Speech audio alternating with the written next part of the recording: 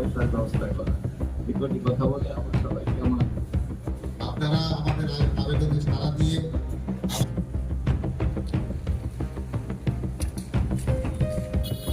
অনেক কিছু আমরা করছি। পিজি স্টুডেন্ট বা জীবন সাফল্য আসবে। আর আমাদের এটা ভাবনার বিষয়, আমাদের চিন্তা করার বিষয়।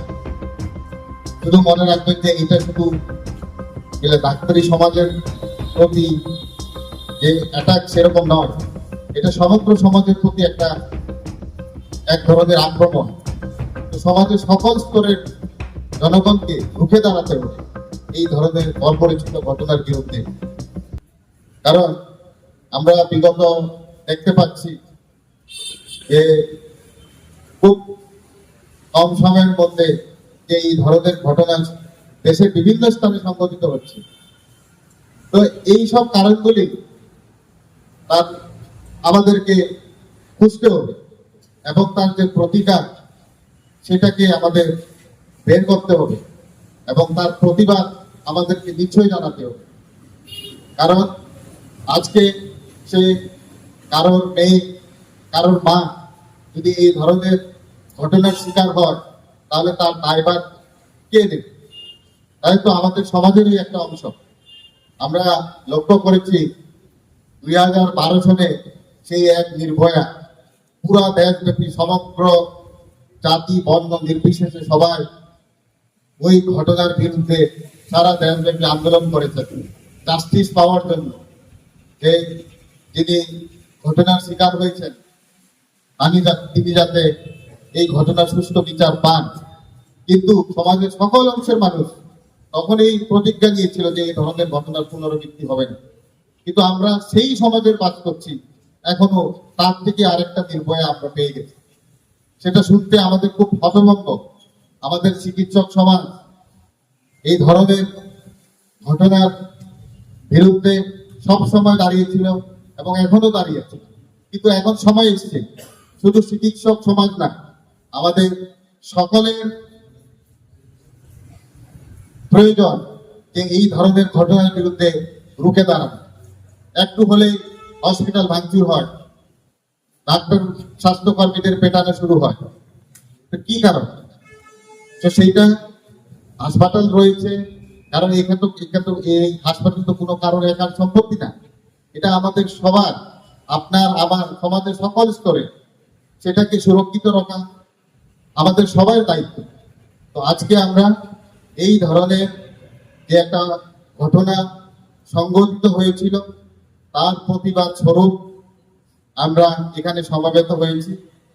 আজকে আমাদের জিবি হসপিটালে সমস্ত আউটডোরগুলি বন্ধ রয়েছে আইএমএর তাকে সাড়া দিয়ে, কিন্তু রোগীদের যাতে কোনো অসুবিধা না হয় সেই কারণে আমাদের সমস্ত ইমার্জেন্সি সার্ভিসেস চালু রয়েছে এবং গুজবে কান না দেওয়ার জন্য বলা হচ্ছে সমস্ত জনগণের মানুষকে আপনাদের তরফ থেকে। এখন আমরা আমাদের সাথে রয়েছেন এজএফসি টিচার্স ফোরামের প্রেসিডেন্ট। যেদিন 8 তারিখ রাত বা 9 তারিখ সকাল এই ঘটনাটা ঘটেছিল, তার সাথে সাথেই আইএমএ নজর রেখেছে। আইএমএ ঘটনার প্রতি সময়ে সময়ে আমাদের কাছে অ্যাডভাইজারি দিয়েছে কী করা না করা স্টেট ব্রাঞ্চগুলির প্রতি। বড় আকারে যে বিক্ষোভ সেটা আজকে হচ্ছে, আজকেই আমরা কাজকর্ম বন্ধ করে দিয়েছি। এটা একটা ইমার্জেন্সি সার্ভিস, সঙ্গে সঙ্গে বন্ধ করা যায় না। মানুষের যে সমস্যাগুলি সেগুলির প্রতিও আমরা গুরুত্ব সহকারে দেখি। সেই জন্য এটা অবশেষে মোটেই নয়, এটা শুরুর দিন থেকেই আইএমএ এটার প্রতি সজাগ দৃষ্টি রেখেছে, নজর রেখেছে। আর এ ধরনের ঘটনার নিন্দার কোনো ভাষা নেই। সবচেয়ে জঘন্যতম ঘটনা, আমরা সবাই একযোগে এই ঘটনার নিন্দা করি এবং এই ঘটনার যাতে প্রকৃত বিচার হয়, যারা প্রকৃত অর্থে দোষী তাদের যেন শাস্তি হয়, কাউকে যেন রেহাই দেওয়া না হয়, কাউকে বাঁচানোর কোনো প্রয়াস যাতে না হয়। আর যদি কোথাও সেই ধরনের কোনো প্রয়াস কেউ করেও থাকে তাদেরও যেন শাস্তির আওতায় আনা হয়। এটাই আমাদের একমাত্র দাবি এবং খুব দ্রুততার সঙ্গে যাতে বিচার ব্যবস্থা সম্পন্ন হয় সেটা আমাদের দাবি। আইএমএ শুরু থেকেই ছিল, এখনও আছে এবং ভবিষ্যতে প্রয়োজন হলে এই ঘটনার জন্য আইএমএ আরও দূর অগ্রসর হবে, এটা আমার বিশ্বাস। এবং আমরা আইএমএ ত্রিপুরা স্টেট ব্রাঞ্চ থেকে যে পদক্ষেপগুলি নিয়েছি, এটা আজকে সকালে আমাদের কর্মবিরতি কিন্তু আমরা ইমার্জেন্সি সার্ভিসটাকে চালু রেখেছি। প্রথম আমরা যাতে মানুষের অসুবিধা হয় সেটা আমরা দেখিনি। এটা আমাদের উদ্দেশ্য নয়, আমাদের উদ্দেশ্য একটাই, এটা হলো বিচার ব্যবস্থা যেন দ্রুত সম্পন্ন হয় এবং বিচারের আওতায় যেন প্রকৃত অপরাধীদেরকে আনা হয়, সেটাই আমাদের একমাত্র উদ্দেশ্য। মানুষের হয়রানি হওয়া, ভোগান্তি হওয়া, পেশেন্টের কোনো ধরনের কষ্ট হওয়া, এটা আমাদের কোনোভাবেই উদ্দেশ্য নয়। সেই জন্য আমরা ধীরে ধীরে কাজটা শুরু করেছি যাতে কারো কোনো অসুবিধা না হয়। বিকালেও আমাদের র্যালি আছে, ধর্না আছে। আমরা রবীন্দ্রভবন আইএমএর মাননীয় president professor Sanjib Kumar Debbarma sir তাকে বলে দিয়েছেন, আপনাদের কাছে তথ্য দিয়ে দিয়েছেন কোথায় থেকে আমরা কোথায় কোথায় যাবো। রবীন্দ্রভবন থেকে শহরের বিভিন্ন পথ পরিক্রমা করে আবার আমরা রবীন্দ্রভবনের সামনে আসবো, অর্থাৎ আইএমএর সামনে আমরা আসবো। সেই কর্মসূচিগুলির মধ্যেও আপনারা থাকবেন। সমগ্র ত্রিপুরা শুধু নয়, ভারতবর্ষ শুধু নয়, সমগ্র পৃথিবীর মানুষকে জানতে হবে যে এই ধরনের জঘন্যতম ঘটনা পুনরাবৃত্তি করার কারণে যেন দুঃসাহস না হয় এবং এই ধরনের ঘটনার যেন প্রকৃত বিচার হয়, সেটাই আমাদের আজকে যেহেতু ওপিডি বন্ধ রাখা হয়েছে, রোগী কোনো ধরনের অসুবিধার সম্মুখীন হবেন কি করে? না। রোগীদের জন্য আমাদের emergency care service, trauma care service একদম পুরোপুরি আছে, শুধু পুরোপুরি নয়, বাড়তি আছে।